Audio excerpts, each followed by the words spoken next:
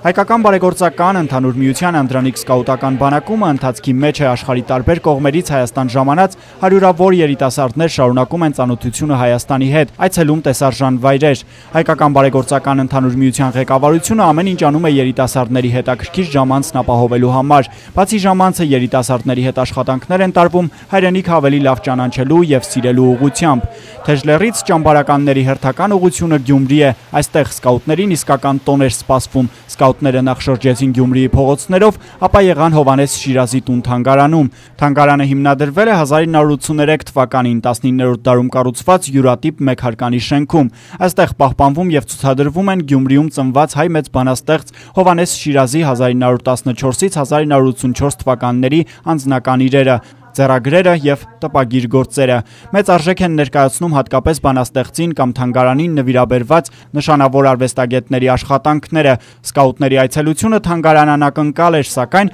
աշխատակիցները ճամբարականներին մեծ ուրախությամբ ընդունեցին եւ ծանոթացրին Շիրազի կյանքին ու գործունեությանը։ Ես կասեմ, որ ես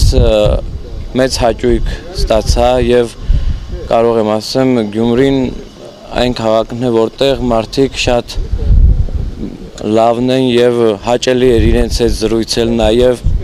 քաղաքը լրիվորեն գեղեցիկ է։ Ճամփորդության ընթացքում սկաուտների համար ամենամեծ անակնկալն այն էր, որ բացառիկ իրավունքով ներկա եղան Գոհար երաժշտախմբի փորձին։ Գոհար երաժշտախմբի հայարնվեր գործունեությունը հիացնում է աշխարհասփյուր հանդիսատեսին։ Համերգներով երաժշտախումբը շրջագայում է ամբողջ աշխարհում եւ սկաուտները շատ լավ են ճանաչում երաժշտախումբը, ունեն բոլոր սկավառակները ու մինչեւ անգամ երգերն անգիր գիտեն։ Փորձին ներկա գտնվելու փաստը հպարտության, ուրախության ու հայրենասիրության տարբեր զգացումներ էր արթնացնում երիտասարդների մոտ, պարում էին, բուռն ծափահարում եւ մի լավ ուրախանում։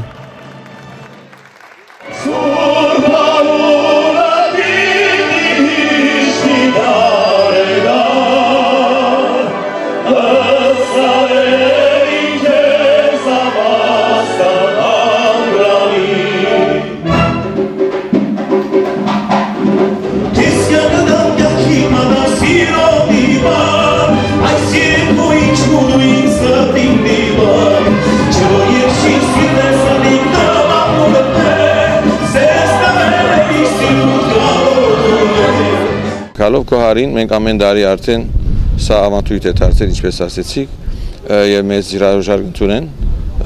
եւ հadouk համերգի պես կստացվի իրենց փորձի ժամն է մեզի գահատկացնեն եւ դեսակ արդեն ողջավորությունը։